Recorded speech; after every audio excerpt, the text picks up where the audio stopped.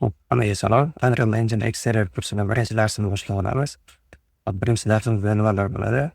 Epic Game Launcher haqida, Unreal Engine bilan tanishish, proyekt ochish, Epic Game'ni keshlari qayerda turadi, shularni ko'rib chiqamiz. Hop, birinchi bo'lib Google'ga Epic Game Launcher deb yozib olamiz. Birinchi saytga kirib olamiz. Web'dan install on Windows bosib Shunday sketchet chiqadi, process sketchet install qilamiz. Sketchetdan install qilganman. Epic Game o'ziga kirib olamiz.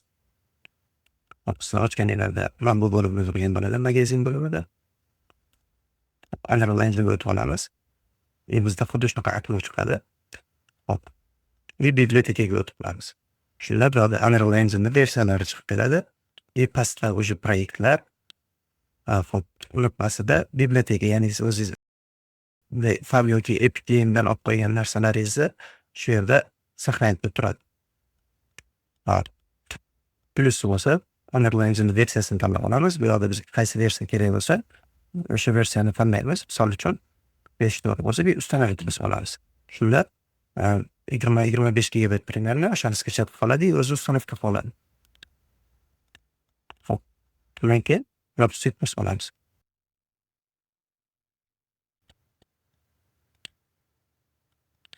Bizda xuddi shunaqa aknor chiqib keladi. Bu birinchisi biz ishlagan proyektlar. Bu o'sha tayyor shablonlar. Biz qanaqa narsa istashimizga qarab bu shablonlardan foydalanib proyekt ochishimiz mumkin.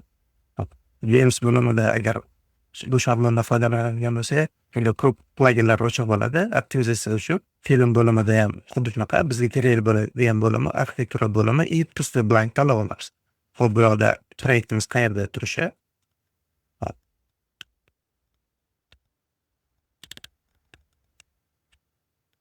adresini ko'rsatib olamiz. Bu yerda proyektimizning nomi.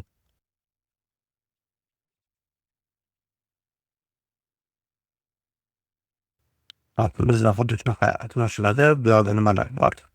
Outliner, bu yerda sahnamizdagi bor narsalar, sahnada joylashgan narsalar bu yerda ko'rsatib turadi nimalar borligini.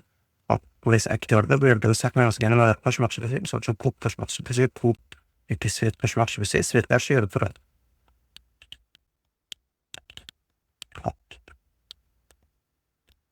Details bo'limi. Biz sahnamizda nimani ushlagan bo'lsak, xuddi o'shani nastroykalari mana bu details bo'limida bo'ladi. Hop.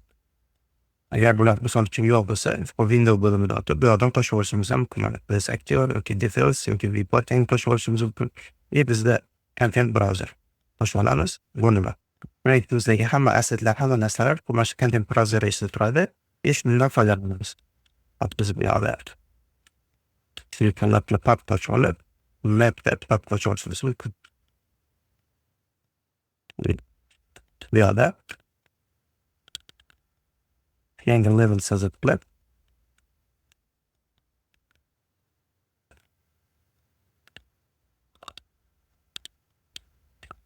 yangi levelga kirib olishimiz mumkin.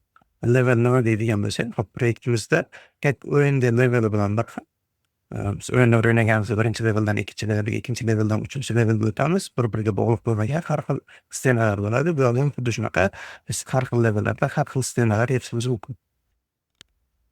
Bu yerda project setting bor. Bu yerda proyektimizda asosiy nastroykalar, aynan o'sha proyektimizga bog'liq bo'lgan nastroykalar bor.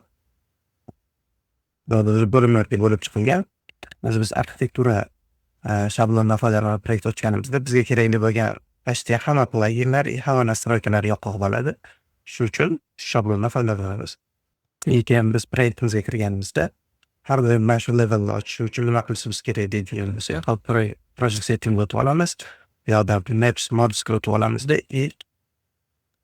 aynan mana bu levelimizni editor statusga bilan tashib olamiz. Shunda endi proyektimizni ochganimizda har doim mana shu level ochiladi. Epic Game'ga qaytarib olamiz. Epic Game'ni keshlari qayerda turadi? Parametrga kirib, pastga tushadigan bo'lsak, input kesh turadi. Keshlar shu yerda turadi. Eslashda agar disklarda joy kam bo'lsa, buni bemalol boshqa diskka o'tkazib qo'yish ham mumkin.